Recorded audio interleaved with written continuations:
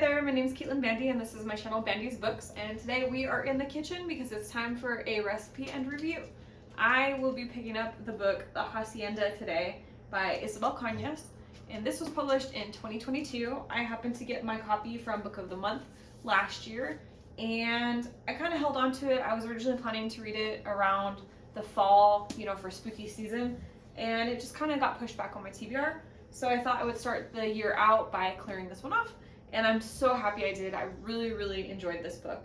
It is kind of a gothic horror set in post-independence Mexico. It follows a character named Beatriz as she moves from her hometown in Cuernavaca to a different part of Mexico to live with her new husband, and what she finds is an adventure she did not expect. I love this book. I'm gonna dive way into it in a lot more detail as we cook this recipe, but one thing that popped up in this book is actually one of my favorite dishes, and that's Arroz Con Pollo. So Arroz Con Pollo literally translates to rice with chicken, and this is a dish that shows up throughout Latin America. There's variations, regionally, of course, whatever country you're in does their own little thing with it. So since this book is set in Mexico, I picked a Mexican variation of Arroz Con Pollo. This is a dish that's very familiar. I grew up on the border, so I grew up eating dishes like this regularly. It is near and dear to my heart, definitely some comfort food. So I'm really excited to jump into this, and I'm just gonna read you the passage that inspired this dish today. What are we making? Her voice was taut. I know that feeling. She itched to work with her hands to forget. Something simple and filling, I said. Arroz con pollo. I decided. It would be easy to make a lot. Padre Andres is exhausted, and I worry. I think he might be ill. What happened? I did not know how to reply. So this scene, Beatriz, our main character, who's been left alone at this family mansion, is expecting the return of her husband Rodolfo, and she's been asked to prepare, well, she's not been asked to prepare, but she's been told that food needs to be ready when he arrives.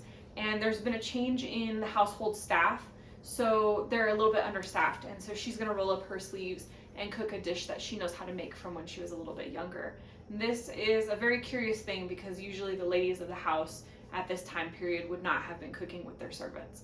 So it kind of sets in a motion a whole conversation about, like, how did you learn to cook, where are you from, all this kind of stuff. It's interesting. This book does get a lot into social status at the time. Again, this is post-independence Mexico, so quite a long time ago. And that was one of the things I really enjoyed about this book, is the way that it discussed socioeconomic, political structures and all that kind of stuff. So before we get too deep into this book, let's talk about what we're going to need to set this recipe up, and let's get prepping our vegetables. And while I'm prepping, we'll talk a little bit more about the characters, the plot, things I loved, things I maybe didn't love, and make some tasty food together. For this recipe, we're going to need chicken. You want chicken with bone and skin intact. So I'm using a combination of thighs and drumsticks.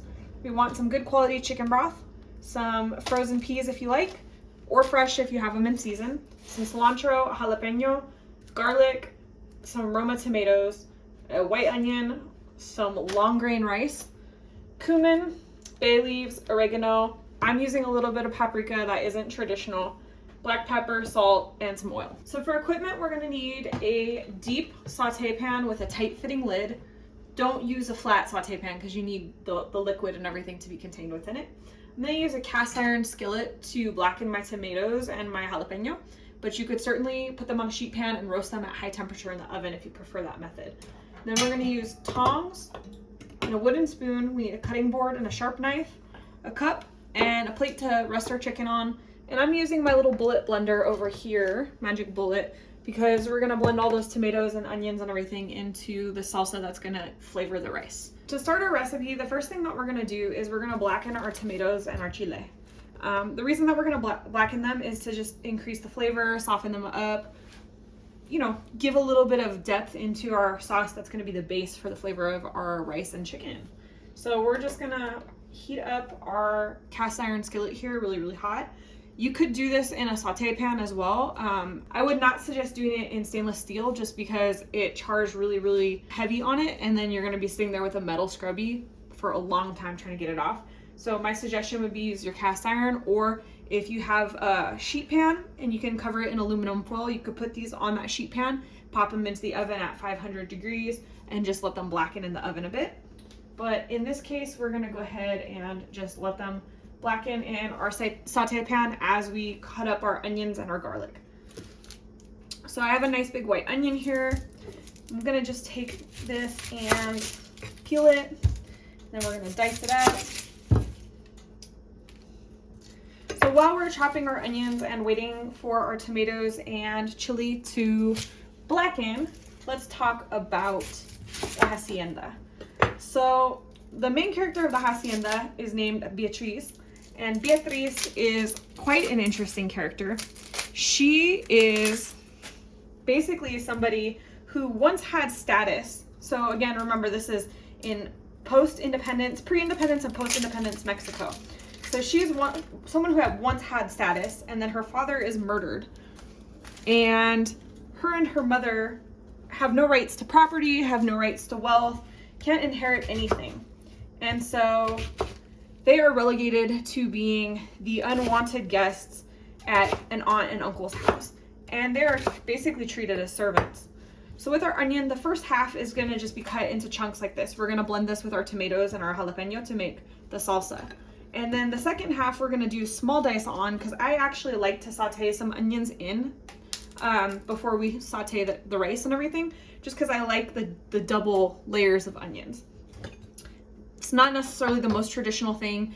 I am not trying to claim that this recipe is the most traditional version of this recipe or anything like that. This is just the way that I like to do it. So Beatriz decides that she is going to marry somebody to fix her and her mother's status situation.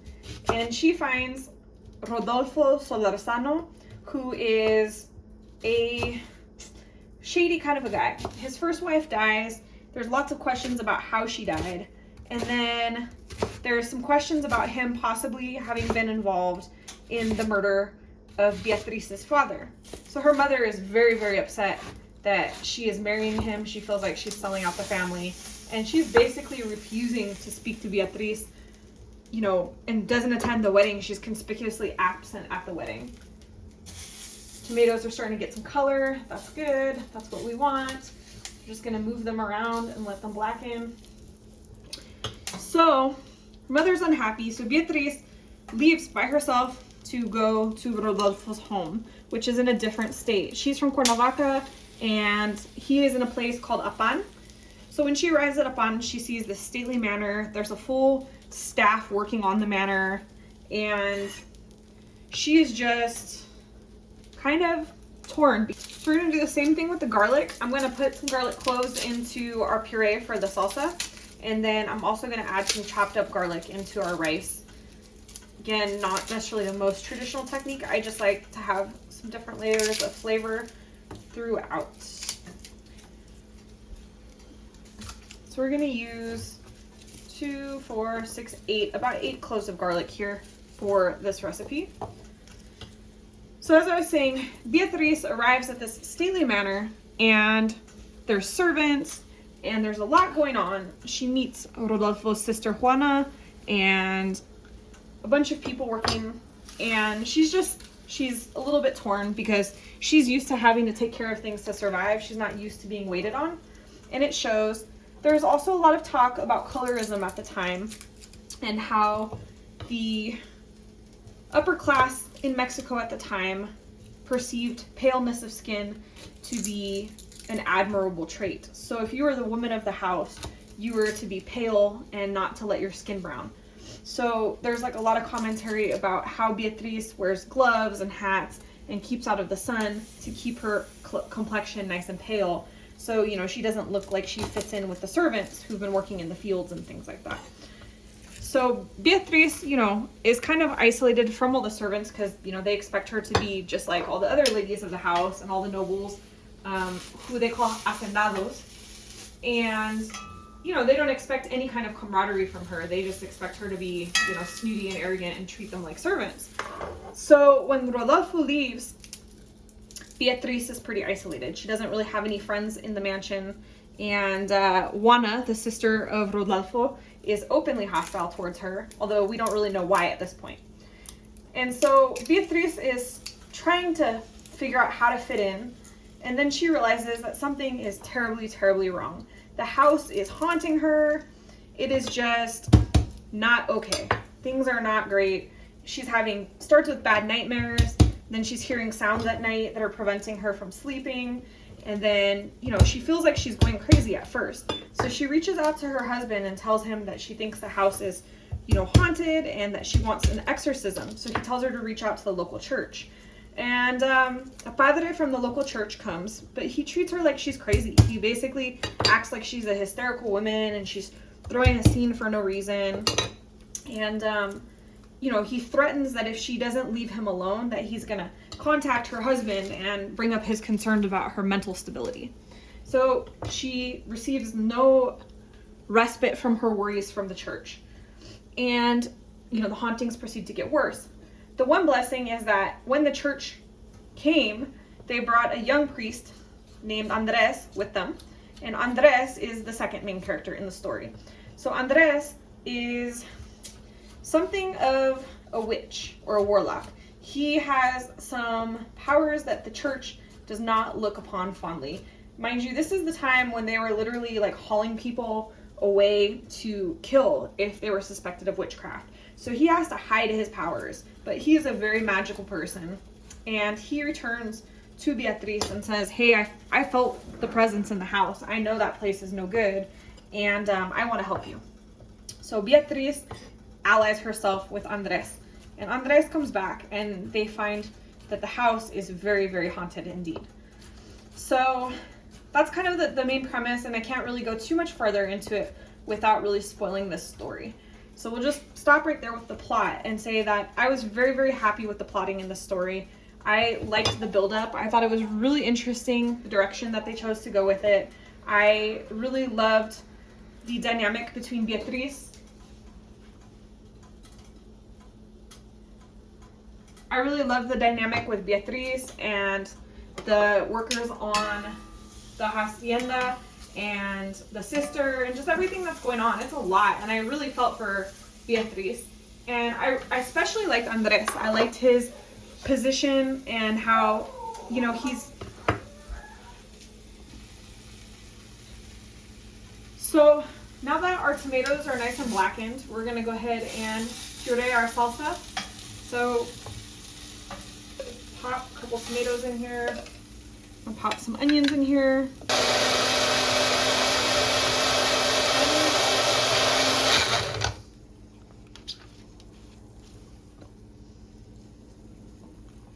Alright, so here's our second batch because I have this little tiny blender.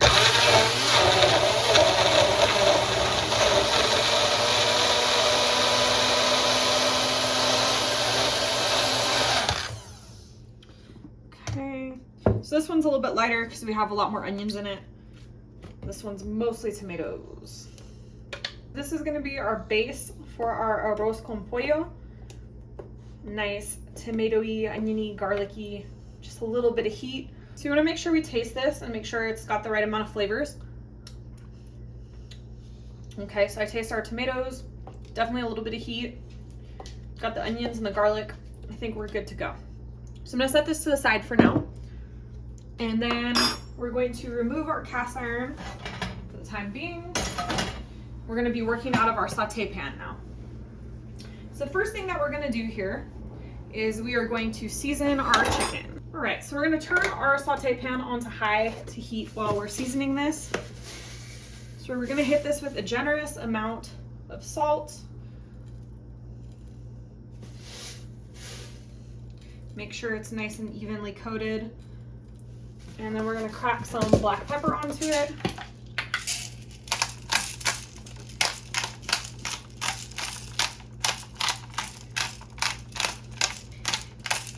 And make sure every element of our dish is properly seasoned.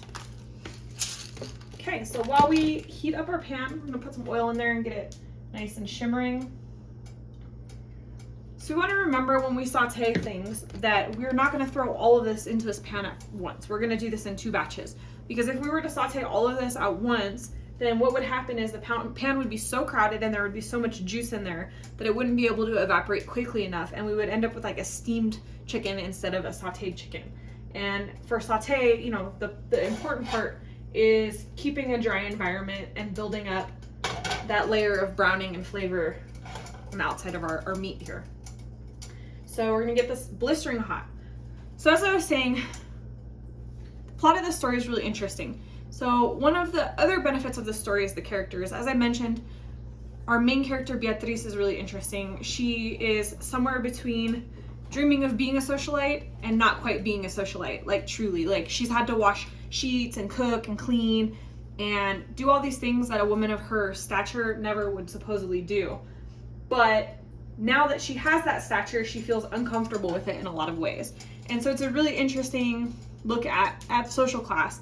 And she isn't all that she appears to be initially. At first you think she's kind of, you know, a status chaser, and then you come to realize, like, no, she's really not. She's a kind person, and she's been put in a bad situation, but she's also not like trying to be horrible to the people that work for her. She understands with them, she empathizes with them.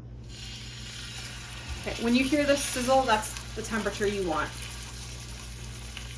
So she empathizes with them. She doesn't expect them to take care of her or wait on her hand and foot.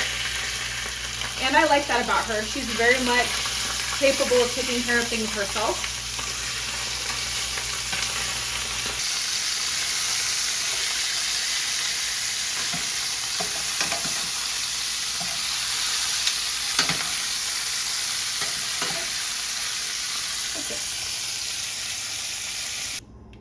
Right, so as you can see, our chicken is nice and golden brown. We didn't go super dark, just a nice golden brown color. And we're gonna set that to the side for the moment.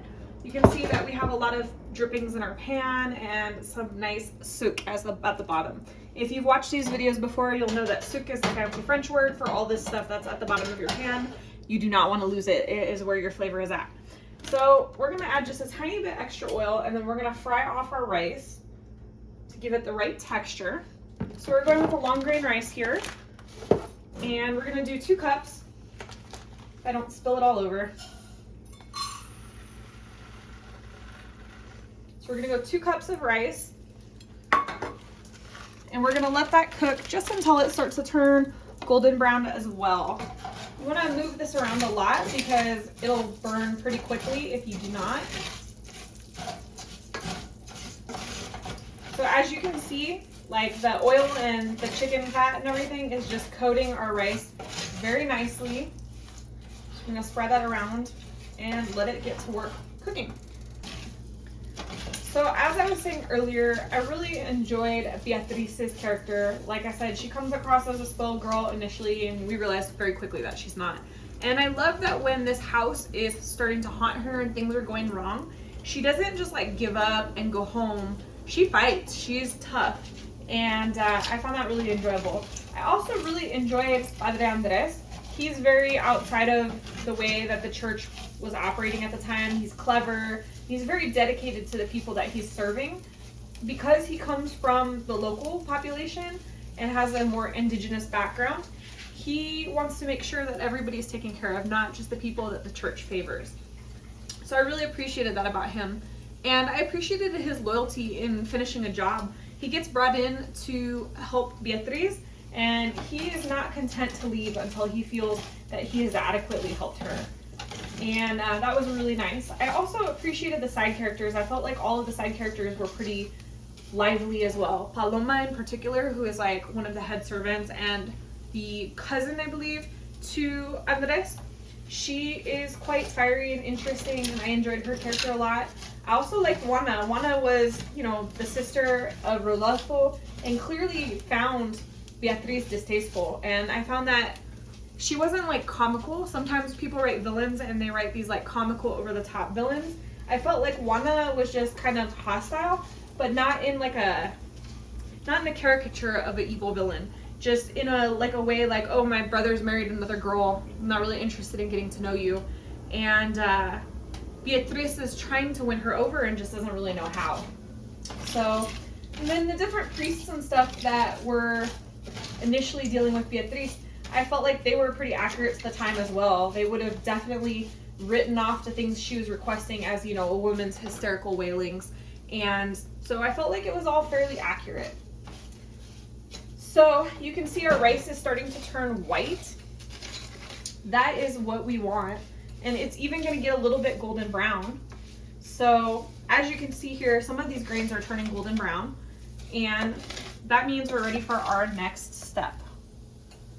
Once our rice is brown, we're gonna add our onions and saute them. Now, I know that in like the more traditional version of this, you're just gonna add the salsa and the liquid and simmer it, and then add your chicken back. But like I said, I like to add some texture and layers of flavor into my food. So we're gonna add some chopped up onions, not just the onions in the salsa. So we're just gonna saute these down a little bit. I'm not gonna do too much because we've already cooked the rice and I don't want the rice to like overcook here. So we're just gonna give the onions a couple minutes.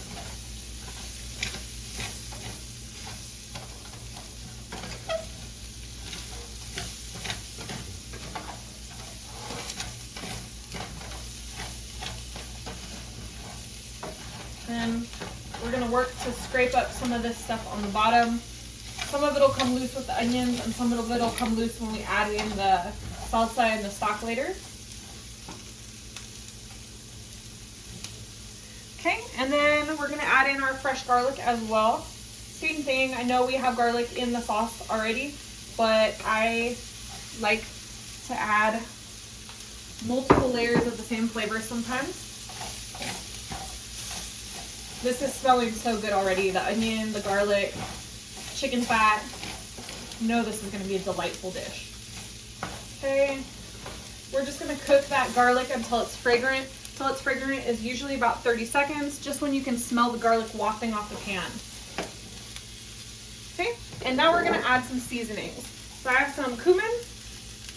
We're gonna add about a teaspoon of cumin.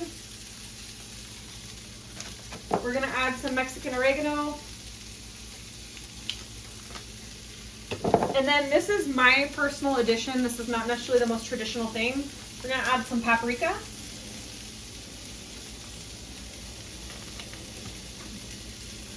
And we're gonna let those spices cook into the rice just a little bit. Let them develop some fragrance as well. All right. So this looks good. So now we're gonna hit our rice with some of the salsa that we made. As you can see, it's gonna start to snap and boil. Just gonna incorporate that around. Let that simmer for just a minute.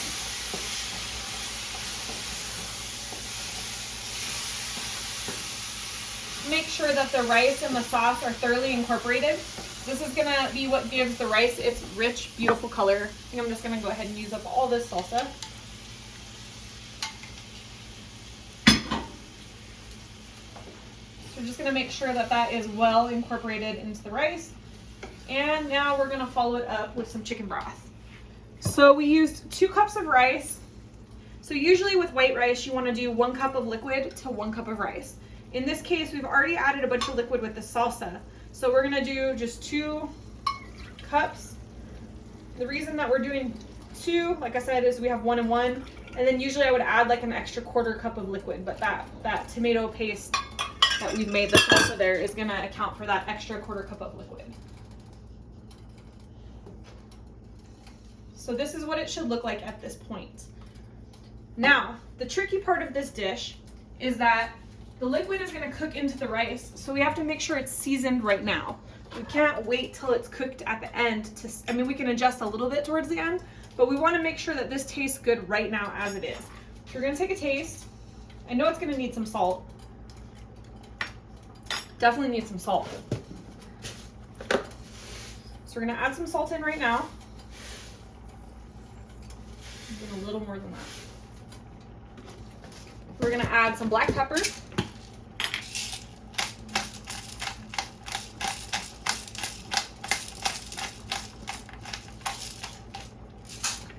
And then we're gonna add a couple bay leaves. 2 should be enough. And as you can see, this is already coming up to a boil. I think I'm gonna add just a little bit more cumin as well. Okay, I'm gonna stir all that in. And let's check our salt levels one last time. Much better. All right. Now, we have our broth the way we like it. We're gonna reduce the heat down to like a medium. And we're gonna start returning our chicken into our bath of liquid here. One last element that I really loved about this book is the setting. I have traveled pretty extensively in Mexico. I think I've been to 13 out of 33 states, and I grew up right on the Mexican border, like within 20 minutes of it. And so for me, like when a book is able to transport me to a location, that's how I know I love a setting that the book is creating. And that was very much the case with the Hacienda. I felt like it really transported me to central Mexico. I've traveled from Guanajuato all the way down to Oaxaca through the central Mexican region, and there's a lot of history, independence history throughout that region, like where the first shot in the independence was fired, all sorts of different stuff. And so this was very like nostalgic for me in that way, that it made me recall this trip and all these things I had been through.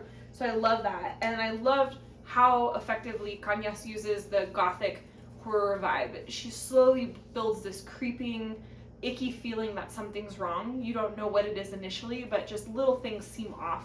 And those little things become bigger and bigger and bigger until you're in a full-fledged horror story. And she helped anchor this book also with the different foods that she mentions. She talks about making huevos rancheros for breakfast, heating up tortillas, making arroz con pollo, different dishes like that, you know, are staple comfort foods and things that I feel nostalgic for. So I loved all that. And I also thought that the setting in terms of time was really, really well constructed. Like I said, she talks a lot about issues of like class, color, indigenous versus Spanish descending, all of these things that were very prominent at the time, things that hopefully we've moved past now as a society, even though I think some of these things still linger, but things that at the time kind of really dictated social structures. And she kind of makes it clear that people that were like of indigenous descent, you know, could never rise above a certain station, and that people of Spanish descent were kind of viewed completely different.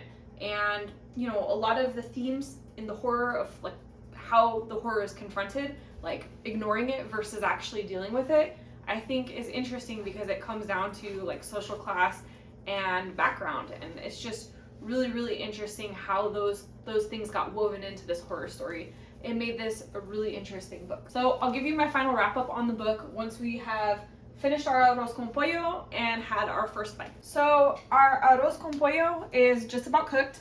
It's been cooking for about 30 minutes now. And as you can see, our rice has absorbed our liquid. Our chicken is looking nice and cooked. I'll set this to the side here. And we're gonna go ahead and just sprinkle our peas in. If you don't like peas, you don't have to add them. I've seen recipes that call for it and recipes that do not call for it. So your preference really. Some people even add carrots. I don't really like carrots in my arroz con pollo, so I'm just gonna add some peas. I'm gonna let them steam on the top like this so they don't turn all brown and mushy, and then when we pull the food out, I'm gonna like mix it into the rice a little more. So we're gonna close this back up and let this steam for just a couple more minutes. While that's steaming, I am just gonna rough chop some cilantro, and we'll be sprinkling the cilantro over the top of the dish. So our arroz con pollo is done. I give it about 5 minutes after adding the peas. So I'm gonna set my lid to the side. So we're gonna serve up a plate. As you can see, our chicken is nice and cooked. Our rice is nice and cooked. Our peas are warmed through. Dig everything up here and get a nice chicken thigh and a chicken leg. Get some of this rice. It's beautiful, delicious rice. Right, and then we're gonna hit this with a little bit of cilantro on top, and we've got chicken and rice that smells so friggin' good. It's not the prettiest plate in the world, but it's gonna be delicious. This was a recipe for arroz con pollo and a review of the Hacienda. As I said before, I was gonna go ahead and wrap this up. For me, the Hacienda was definitely a 4-star read. I enjoyed the plot, even though parts of it were a little predictable. I really liked the characters and I loved the setting. I think that this was one of those books where the setting really made it for me. And it inspired some delicious comfort food. So let's give this a try and see how it is. It smells amazing and I'm starving. It's dinner time here. So we got our bite of chicken, get some rice with that. Oh, yeah. Luna's down here waiting for a bite too. Like you can see her begging in the kitchen.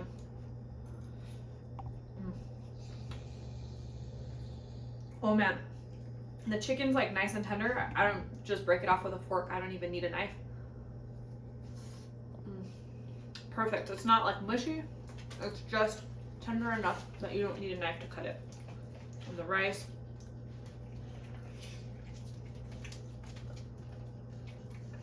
We're having some cold weather here in Las Vegas, so honestly, this is perfect for it. It's like warm and comforting and cozy. Just the right thing for tonight. So that is the end of this recipe and review.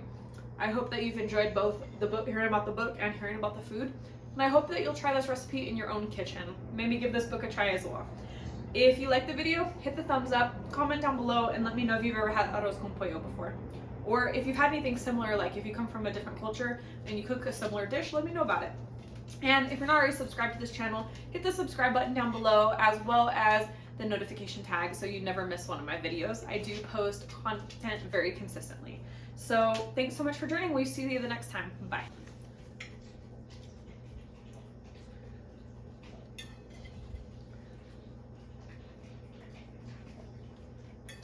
What do you think? It's very good. It's a different arroz con pollo that I'm used to, but it's very, very good. What is Cuban style arroz con pollo like? Actually, you cut off all these legs while the rice is cooking inside of the rice, so you have big chunks of rice around it. Oh, so you have chunks of meat instead of whole pieces? Yeah. Is it a red rice or is it a different color rice? Yellow rice. Yellow rice. Okay, cool. But this one's okay? Good? Very good. All right, boyfriend tested and approved. Time for us to go sit down and have dinner because it's past dinner time at this point.